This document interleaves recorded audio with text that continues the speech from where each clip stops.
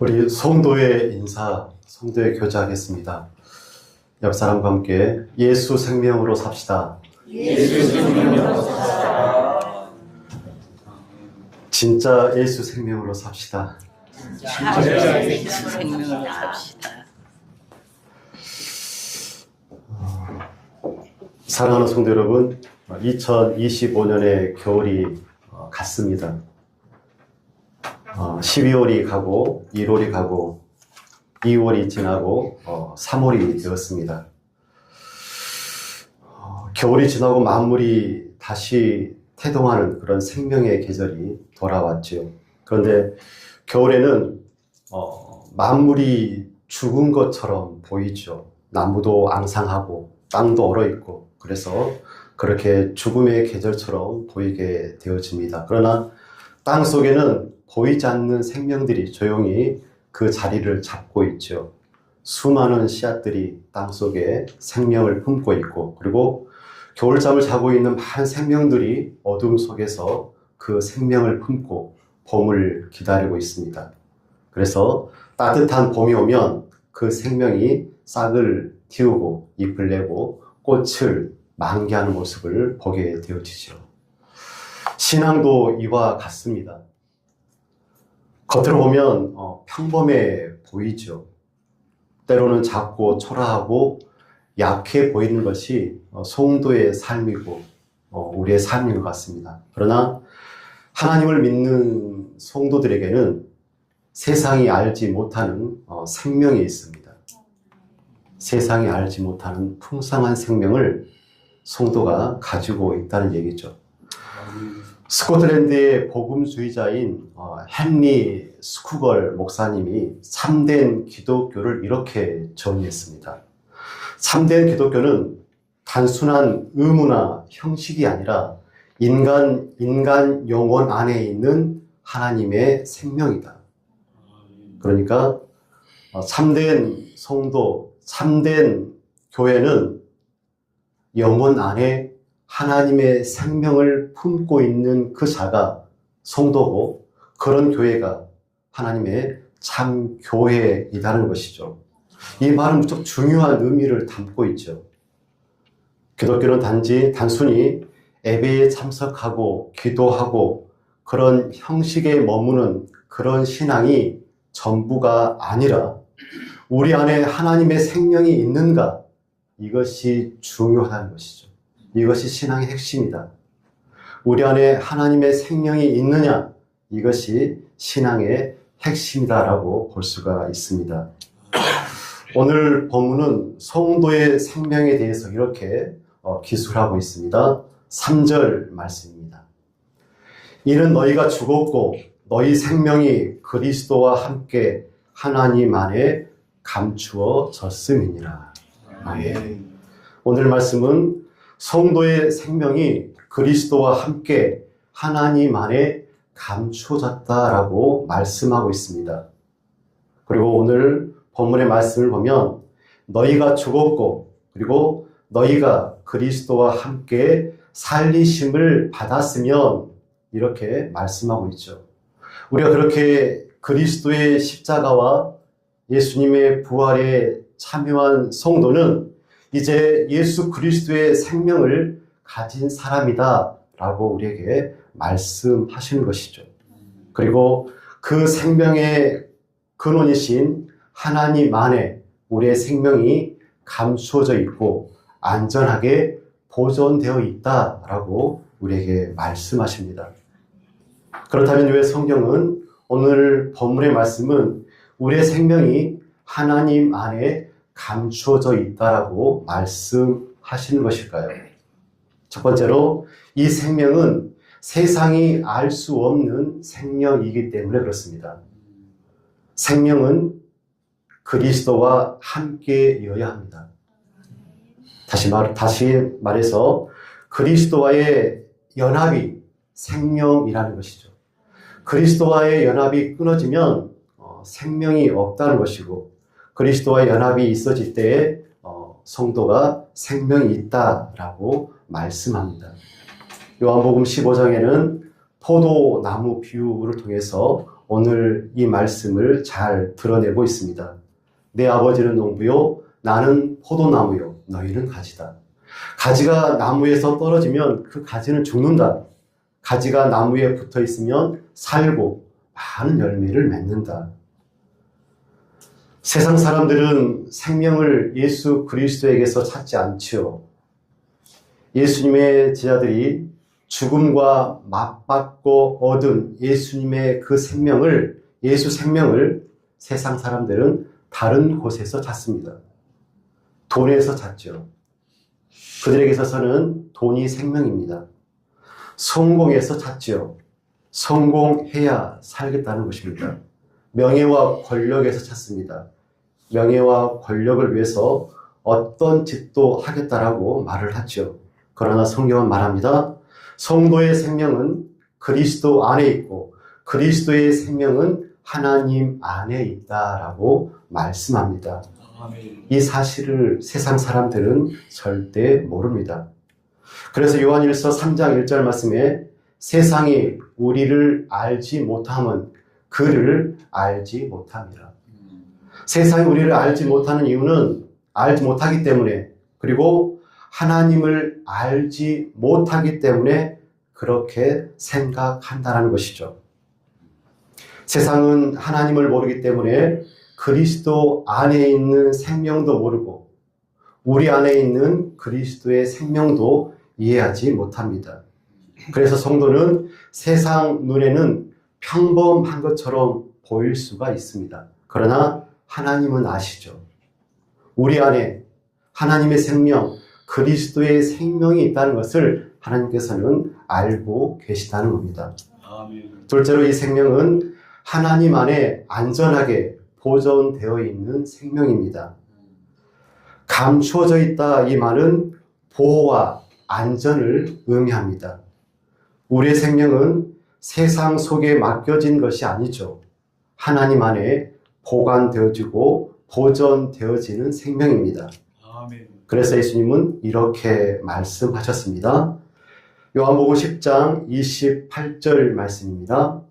내가 그들에게 영생을 주노니 영원히 멸망하지 아니할 것이요 또 그들은 내 손에서 빼앗을 자가 없느니라. 아멘.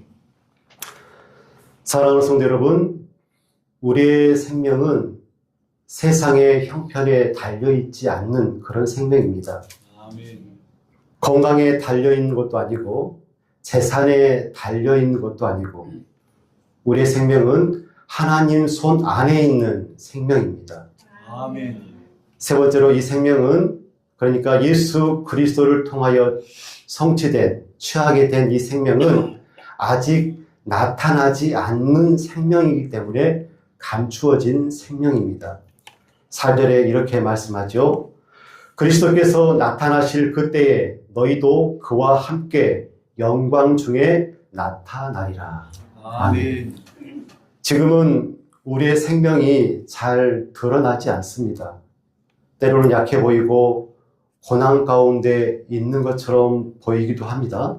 그러나 장차 그리스도께서 다시 오실 때 우리의 생명은 영광 가운데 드러날 줄로 믿습니다. 아멘. 지금은 감추어진 생명이지만 장차 영광 가운데 드러날 생명이다라고 말씀합니다. 아멘. 그렇다면 성경이 말하는 하나님 안에 감추어진 생명은 무엇을 의미할까요? 이 생명은 단순히 우리가 살아있다는 그런 의미가 아닙니다.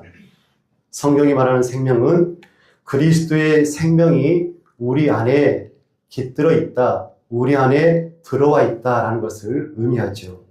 그래서 사도 바울은 이렇게 말씀합니다. 갈라디아서 2장 20절 말씀입니다. 이제는 내가 사는 것이 아니요 오직 내 안에 그리스도께서 사시는 것이라. 아멘. 내 안에 누가 사시는 것이라고요? 그리스도께서. 내가 사는 것이 아니라 내 안에 예수 그리스도께서 사신다라고 바울이 증언하죠. 오늘 4절 말씀입니다. 그리스도는 너희 생명이시니. 우리의 생명이 그리스도시라고 말씀합니다. 아멘. 그리스도는 너의 생명이다. 이 말씀은 성도의 생명이 더 이상 자기 자신의 생명이 아니라는 뜻이죠. 우리의 생명은 그리스도의 생명입니다. 아멘. 우리의 생명이 그리스도의 생명이죠. 그래서 기독교 신앙은 단순히 도덕적으로 더 어떻게 하면 더 잘 살 것인가의 문제가 아니고 어떤 종교적 행위를 더 많이 하는 것도 아니라 그리스도와의 생명과 연합하는 것이 우리의 신앙이 되어야 할 것입니다. 아멘. 예수님은 이 사실을 포도나무와 가지 부위에서 잘 말씀해 주셨죠. 나는 포도나무야, 너희는 가지야 라고 말씀하셨습니다. 잘 아시겠지만 가지가 나무에서 떨어지면 곧 말라 죽습니다. 그러나 가지가 나무에 잘 붙어 있으면 그 생명이 나무에게서 흘러나와서 가지가 생명을 얻고 열매를 맺게 되어지죠.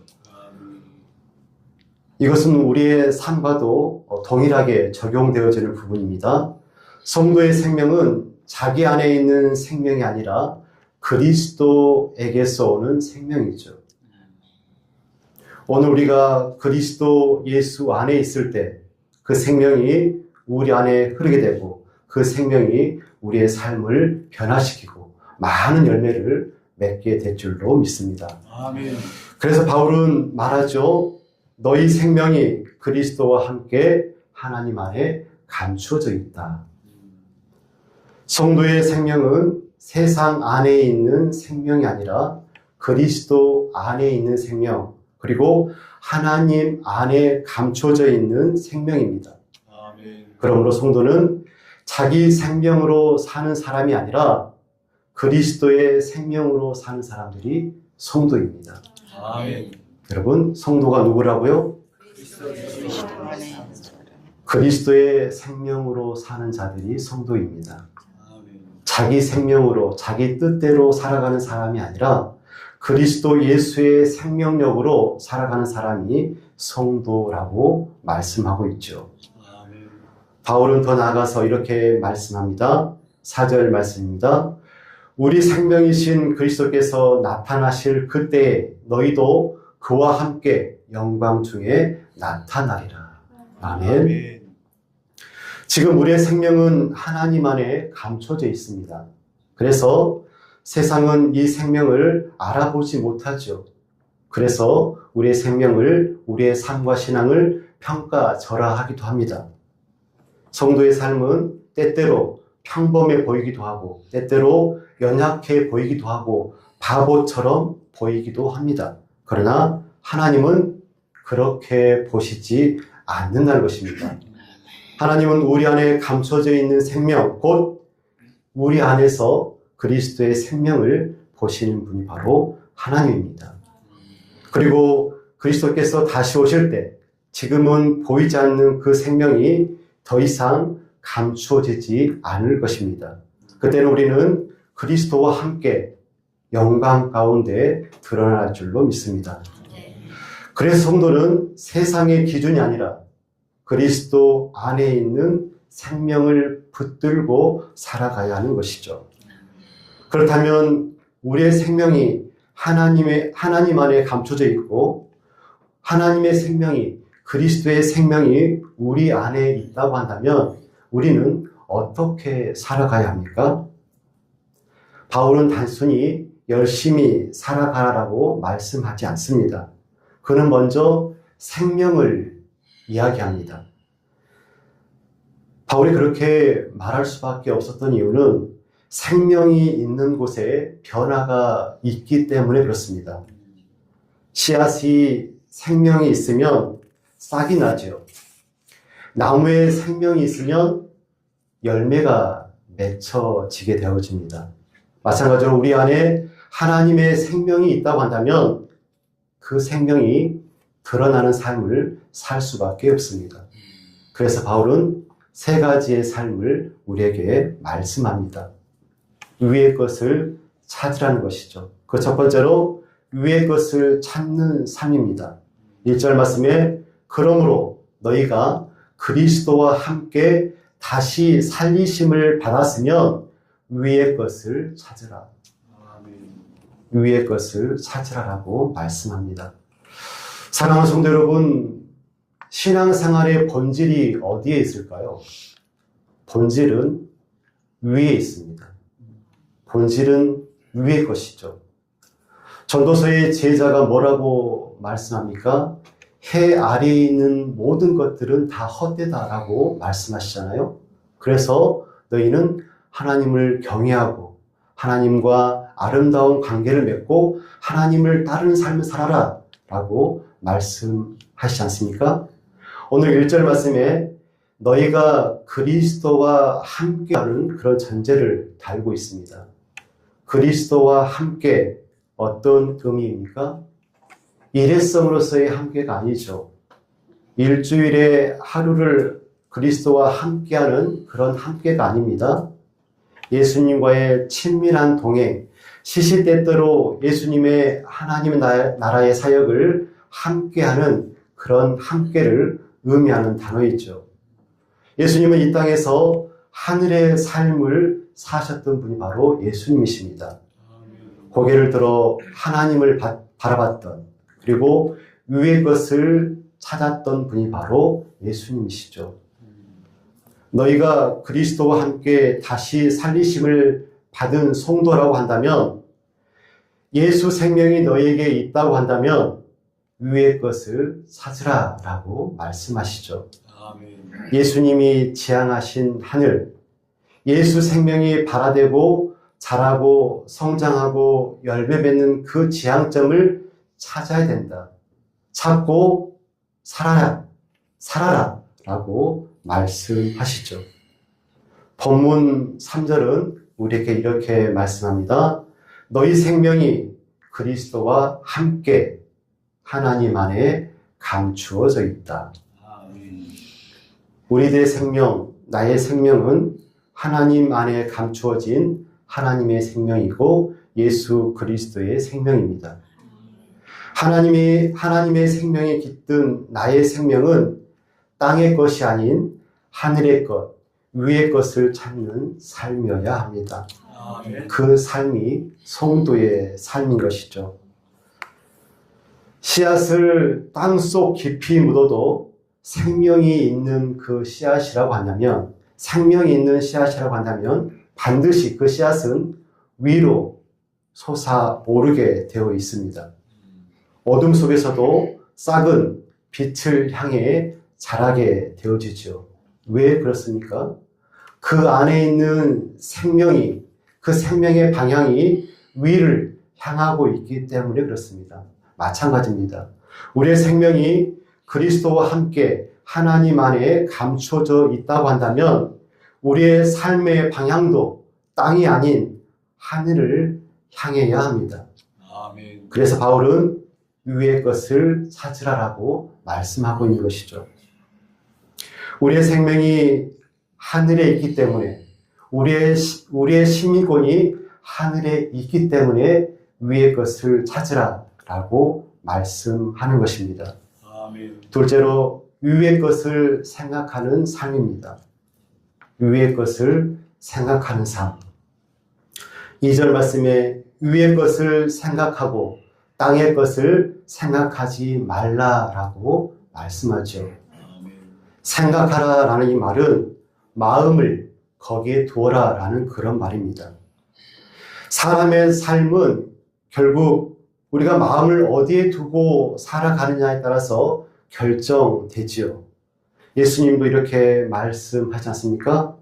너의 보물이 있는 그곳에 너의 마음도 있다. 그래서 보물이 세상 것이면 마음도 세상 중심으로 살게 되어지고, 보물이 예수님이면 예수 중심으로 삶을 살게 되어지는 것이겠죠. 아멘. 성도가 위의 것에 마음을 두고 살아가는 이유는 생각이 마음을 따르기 때문에 그렇습니다. 예를 들어서 어떤 사람이 위장이 약해요. 그러면 그 사람은 어떤 것을 생각할까요? 기름진 음식을 생각하진 않겠죠. 기름진 것이 몸에 부담이 되니까 담백한 음식을 생각하고 그것을 선택하게 될 것입니다. 연세가 좀 있으신 분들은 어떤 음식 좋아하십니까? 자극적인 음식을 피하고 오늘은 좀 채소를 좀 많이 먹어볼까라는 그런 생각을 하게 되어지겠죠. 몸이 아픈 사람들은 자연히 건강에 좋은 음식을 생각하고 그 음식을 취하여 먹게 될 것입니다. 땅의 생명에 생각이 사로잡힌 사람은 땅의 것들만 생각하며 살 것입니다. 하늘의 생명을 가진 사람들은 하늘의 것을 생각하며 살 것입니다. 그래서 바울은 이렇게 이야기합니다. 너희가 그리스도와 함께 다시 살리심을 받았으면, 바울은 먼저 생명을 언급하죠. 그리고 그 다음에 생각을 이야기합니다. 생명이 바뀌면 생각의 방향도 바뀌기 때문에 그렇습니다.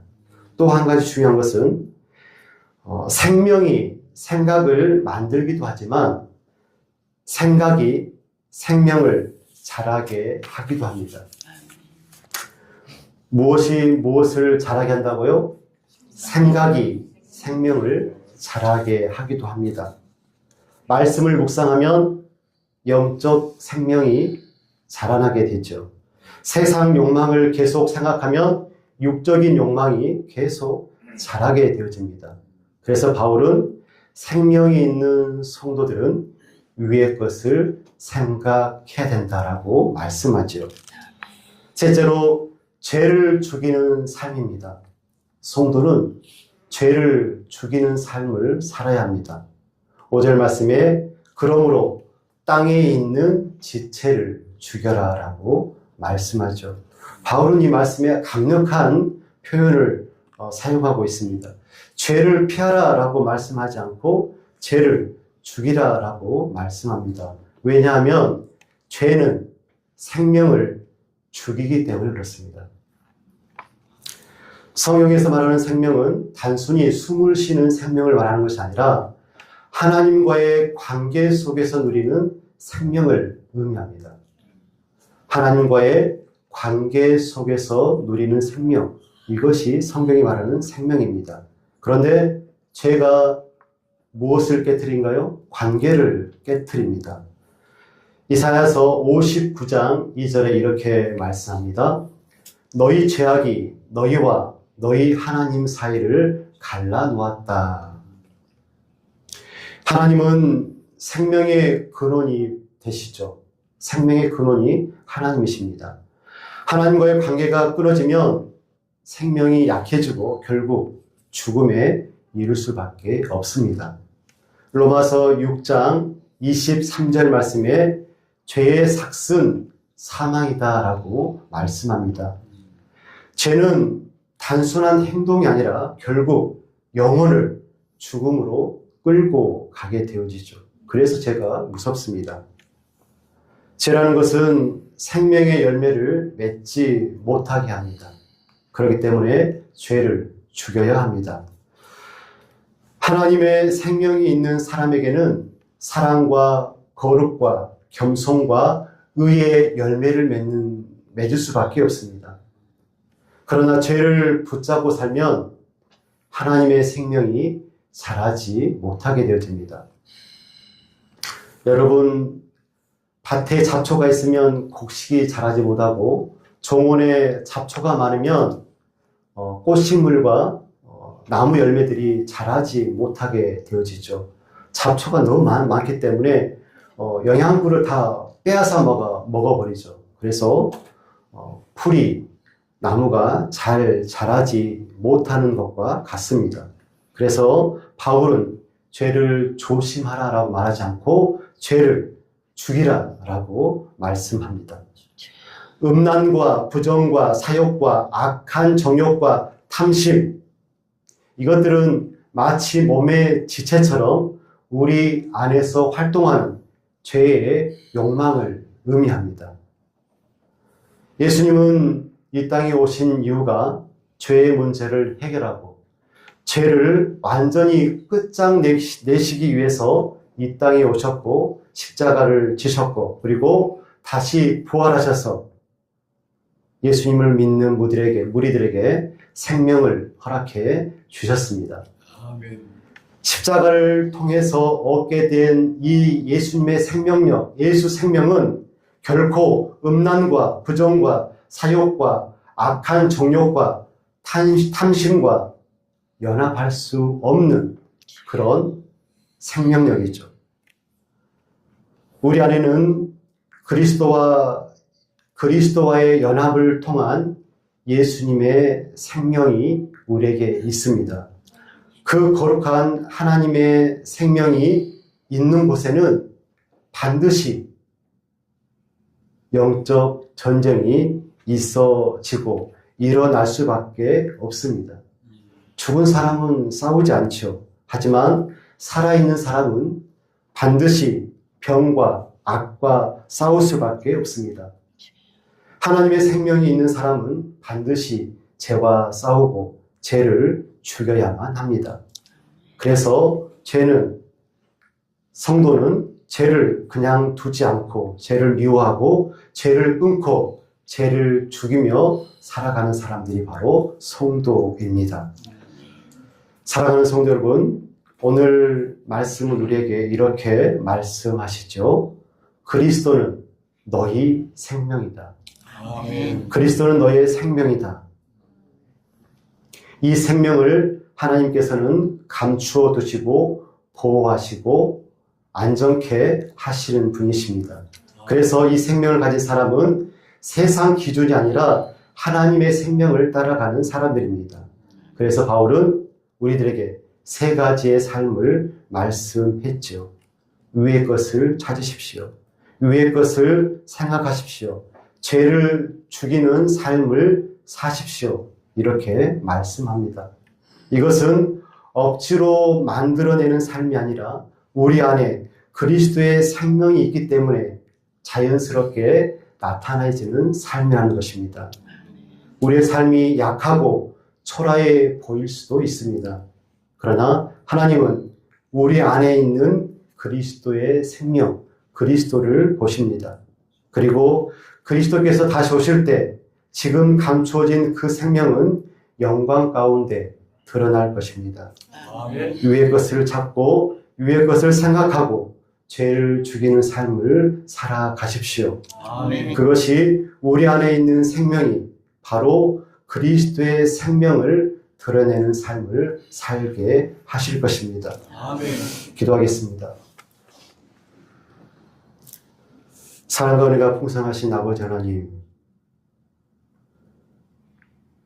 보잘것없는 우리에게 예수 생명을 허락해 주심을 감사합니다. 아멘. 예수 그리스도의 죽음과 부활을 통하여서 예수 그리스도의 연합을 통하여서 예수 그리스도의 동행을 통해서 우리가 예수 생명을 취하게 되었는데 하나님, 이제는 그 생명을 우리의 이웃에게 세상에게 드러내는 삶을 살 수 있기를 간절히 소원합니다. 아멘. 하나님 우리에게 능력을 더하시고 생명을 더하셔서 예수 그리스도의 지자로서의 삶을 온전히 감당하는 그런 삶을 살 수 있도록 도와주옵소서. 아멘. 예수님의 이름으로 기도드리옵나이다. 아멘.